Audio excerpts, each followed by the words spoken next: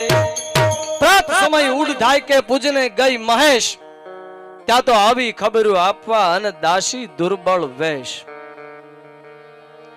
લંકાની મહારાણી મંદોદરી ભગવાન ભોળાનાથનું પૂજન કરવા માટે થઈ અને થાળ લઈને નીકળ્યા. એમાં ગડગડતી દોટ મેલી અને એક દાસી આવીને કીધું કે મહારાણી બા, કે હા, કે ગજબ થઈ ગયો. કે પણ શું થયું? કે અમારા મહારાજા કોઈક સ્ત્રીનું હરણ કરીને લાવ્યા છે ને અશોક વાટિકામાં રાખ્યા છે. કે પણ આ લંકા છે, આમાં આવું જ બને, આમાં બીજું કાંઈ ન બને.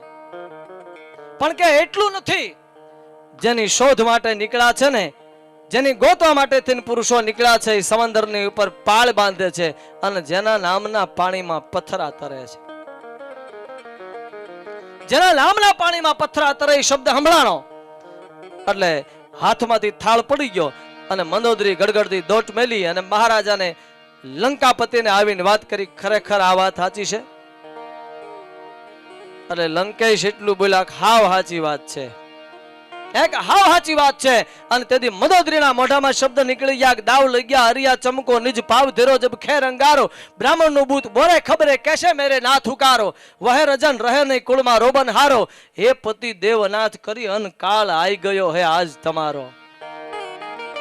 કે ખરેખર તમે જાનકીજીને નથી લાવ્યા, તમારા કાળને નોતરું દઈને આવ્યા છો. અને તેથી રાવણ ખડખડાટ દાંત માંડ્યો કાઢવા.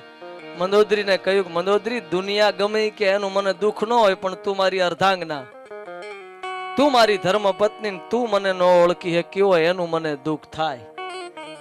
કે શું વાત કરો? કે હા, મારા જ લંકા તણો એમ ભાખ્યા નથી મરણ થાતા.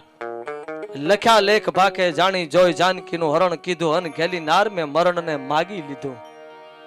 જેના નામનો ઇન્દ્ર ગૌરવ લે, જેને સેવામાં શિવ શમશાન સેવે, એવા રામ પરમાનંદકારી મને મારવા મનુષ્ય દેહ ધારી. હવે ઘણું ખાધું પીધું, ઘણા કામ કીધા, ઘણા રાજરાળા ધન જીતી લીધા, એ રાજ સુખથી મન ભાંગ્યું અને રઘુનાથને હાથ મોત માંગ્યું. આ જેવી તેવી વાત નથી, એવાની હામે મેં વેર બાંધ્યું છે. કે પણ એના નામના પાણીમાં પથરા તરે છે.